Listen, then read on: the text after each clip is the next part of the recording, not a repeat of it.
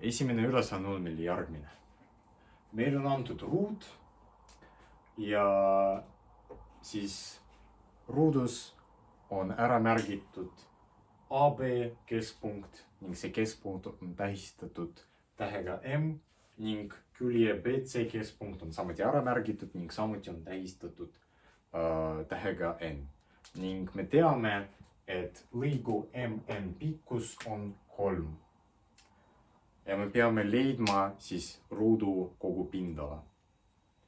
Okei, esialgu võib tunduda, et andmeid on kuidagi vähe. Et pindala leidmiseks on vaja teada, millega võrdub siis ruudu külg, aga meil on mingi kuidagi nagu suvalise lõigu pikkus antud. Ehk siis kuidas on võimalik leida siis midagi kasulikku selles ülesandes? Ja minu soovitus teile on see, et vaadake, et keskpunktid on tegelikult väga olulised punktid ja nendega on mugav töötada. Miks? Sest kui teie näiteks vaatlete mingit kolmnurka, siis kui te tõmmate sirge, mis läbib kahte külgede keskpunkte, siis see sirge on selles kolmnurgas kesklõik.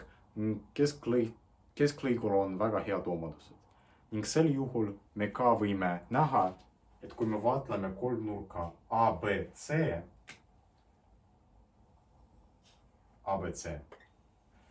siis lõik MN on selles kolmnurgas kesklõik, sest ta läbib külje N keskpunkti ning külje AB keskpunkti. Järelikult ta on kesklõik ja me teame, et kesklõik on esiteks paralleelne alusega ning samuti ta on 2 korda väiksem kui alus. Ja sel juhul me teame, et kesklõigu pikkus on 3, järelikult aluse pikkus peaks olema 2 korda suurem ning järelikult see on võrdne 6-ga. Ning edasi on 2 võimalust jätkamiseks. Te võite meenutada, et igas täisnurkses kolmnurgas ja kuna tegemist on ruuduga, siis ACD on täisnurkne kolmnurk. Te võite kasutada selles kolmnurgas Pythagorase teoreemi ning leida ruudu külje pikkus ning seejärel on juba väga lihtne arvutada selle ruudu pindala. Aga on ka teine viis, mis kasutabki seda fakti, et ruut on tegelikult romb. Ja rombi korral me tõestasime, et kehtib valem. S võrdub D1 korda D2 jagatud 2-ga, kus D1 ja D2 on vastavalt siis diagonaalide pikkused. Aga ruudus on mõlemad diagonaalid sama pikkusega. Seda saab näha näiteks sellest, et kolmnurgad CDA ja kolmnurk BAD on omavahel võrdsed, sest neil on 2 külge võrdsed ning nurk nende külgede vahel on samuti 2 kolmnurgal sama. Järelikult meil tegelikult mõlemad diagonaalid on ühe pikkusega ning arvestades seda, et iga ruut on ka romb, me saame kätte, et selle ruudu pindala on lihtsalt AC. Lihtsalt kasutame seda valemit ja arvestame sellega, et nii D1 kui ka D2 on tegelikult sama pikkusega kui AC. See on AC ruudus jagatud 2-ga. Ning lihtsalt me juba teame, et lõigu AC pikkus on 6, järelikult selle ruudu pindala on meil 18. Ja see ongi vastus sellele ülesandele. Ja selles ülesandes on meil antud ruud ning küsitakse selle ruudu ümbermõõt. Aga on antud ainult selle kolmnurga ümbermõõt. Ehk siis me teame, et kolmnurga ABD ümbermõõt on 16 plus 8 korda ruutjuur 2. Ja on vaja leida siis kogu ruudu ümbermõõt. Kuidas me seda teeme? Ja kasuks tuleb arvatavasti kõige kuulsam teoreem matemaatikas, ehk siis Pythagorase teoreem. Tähistame ruudu külje kui A ning tegelikult see PABD, niimoodi ma tähistan ümbermõõtu, täht P tuleb ingliskeelsest sõnast või venekeelsest sõnast perimeeter. Ja tegelikult see ümbermõõt on lihtsalt AB plus AD ja AB ja AD on muidugi mõlemad A-d, sest ruudul on iga külg sama pikkusega.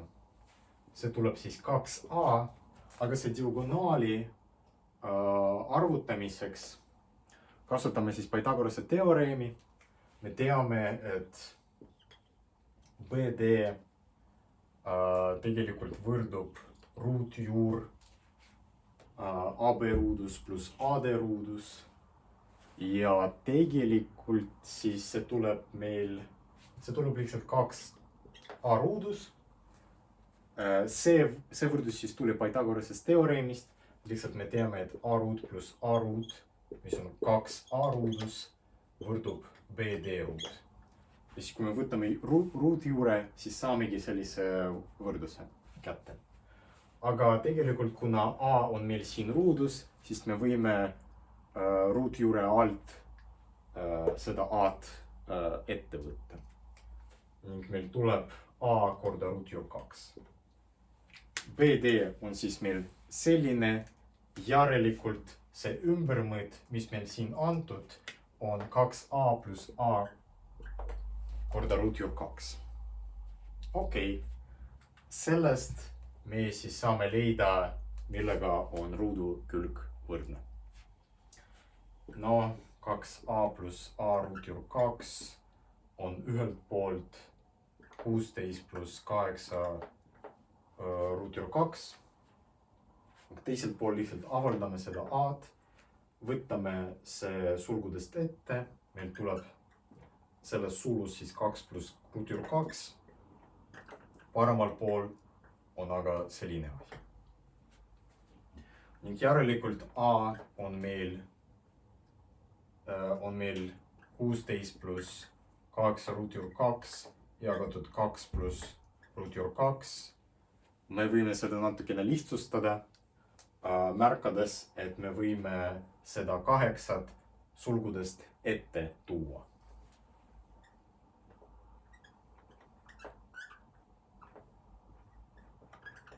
Ja vaadake, kui ilus. Meil siis lugejas on 8 korda 2 pluss ruutjuur 2, aga nimetajas on meil 2 pluss ruutjuur 2 ja me võime siis murru nii lugeja kui ka nimetajad läbi jagada siis selle arvuga ning saada, et see on lihtsalt 8. Järelikult me leidsime, millega võrdub siis selle ruudu külg ning ümbermõõdu leidmiseks lihtsalt korrutame selle 4-ga, sest meil on 4 külge sama pikkusega ning saame vastuseks, et ABCD on 8 korda 4 ehk siis 32. Ja see ongi meie vastus. Okei, ja viimane ülesanne, mis võib-olla on päris keeruline, aga samas on see väga huvitav ja tore. Meil on antud romb, ABCD on romb, võime selle külje pikkuse juba algusest peale tähistada A-ga.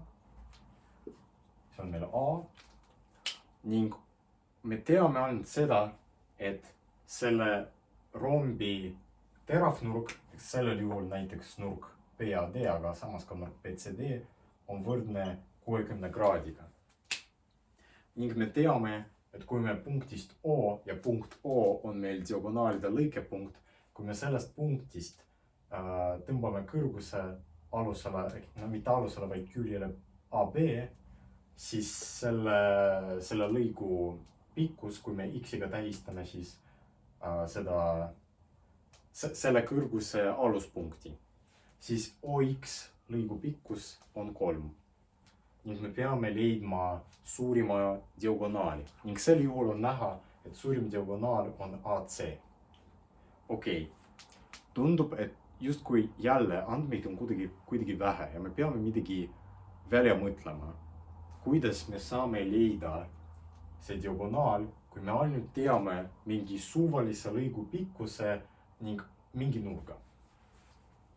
No asi on selles, et see nurk ei ole mingi nurk, vaid see nurk on 60 kraadi. Ja ma arvan, iga kord, kui te mingis ülesandes näete sellist nurka, mille suurus on 60 kraadi, siis teie peas kohe peaks ilmuma see mõte, et äkki see ülesanne, no selles ülesandes äkki kuskil peidub võrdkülgne kolmnurk. Sest võrdkülgse kolmnurga iga nurk võrdub 60 kraadiga. Ning võib-olla selles ülesandes ka kuskil on see võrdkülgne kolmnurk ja võrdkülgsed kolmnurgad on väga kasulikud, sest kõik küljed on samad. Ehk siis võib-olla see kuidagi aitab meil külgi üksteise kaudu avaldada.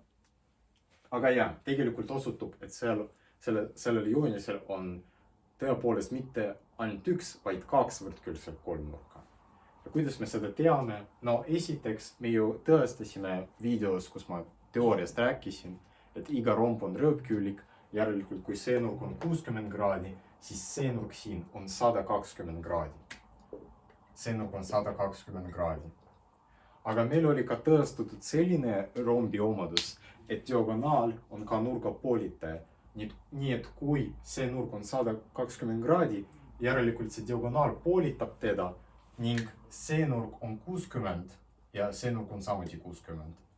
Ja nüüd meil on juba olemas kolmnurk, milles on 2 nurka mõlemad 60 kraadi, järelikult kolmas peaks ka olema 60 kraadi.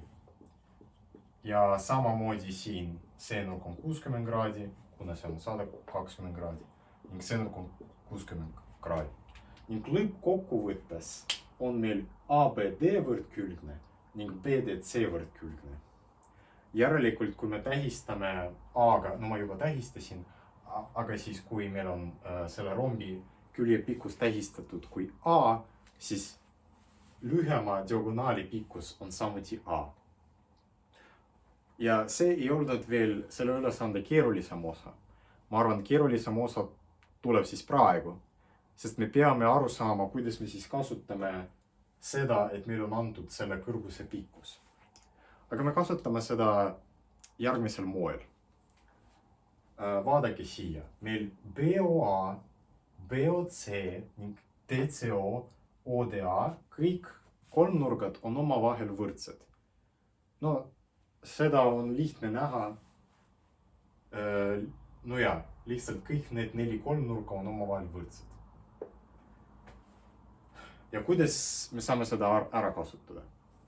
No, näiteks paneme tähele, et kõik need 4 kolmnurka nad moodustavad ju kogu rombi. Järelikult rombi pindala on 4 korda, no näiteks võtame sellise kolmnurga. Ehk siis selle kogu rombi pindala on 4 korda ABO. Okei. Aga meil oli eelnevalt tõestatud selline valem, et SABCD. Ja tegelikult me teame ju, et ABO pindala on AB korda OX jagatud 2-ga. Me teame, et AB on lihtsalt rombi külje pikkus, see on võrdne A-ga ning OX on siis kõrgus, mis on tõmmatud sellele küljele. Järelikult see 4 korda kolmnurga ABO pindala on tegelikult lihtsalt, ma kirjutan siia, see on 4 korda A korda 3 jagatud 2-ga, ehk siis 6 korda A. Okei. Aga teisest küljest me ju teame,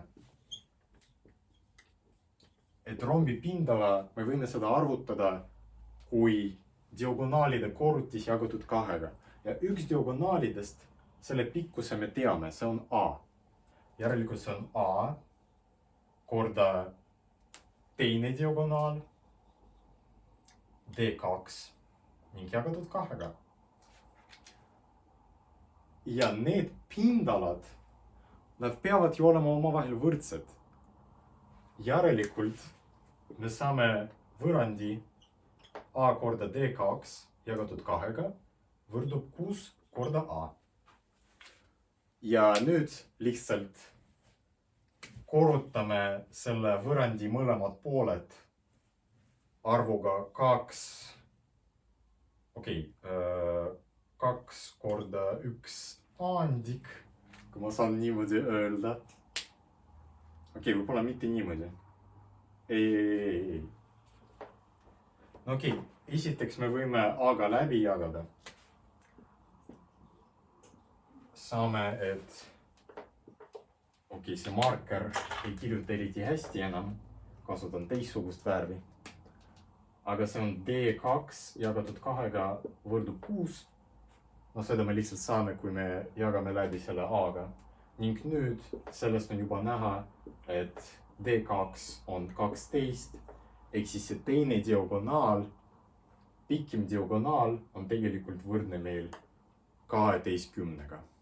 See oli päris huvitav ülesanne ja kui teil õnnestus selle ülesande iseseisvalt ära lahendada, siis te olete väga tublid, sest minu meelest see idee ei ole kohe arusaadav ning see asjaolu, et meil on üldse antud nagu mingi suvalise lõigu pikkus, see võiks teid alguses ära hirmutada, aga kui teil õnnestus päriselt see ülesanne ära lahendada lõpuni, siis väga tublid olete. Ja need olid siis kõik ülesanded ning veel tuleb üks lisaülesanne kodutöös. Mitte eriti raske, võib-olla natukene sarnane selle ülesandega, aga lihtsam. Ehk siis kui teie saate aru siis sellest lahendusest, siis ma arvan, et kodutöö ülesandega saate ka ilusti hakkama. Aga aitäh teile ja head päeva!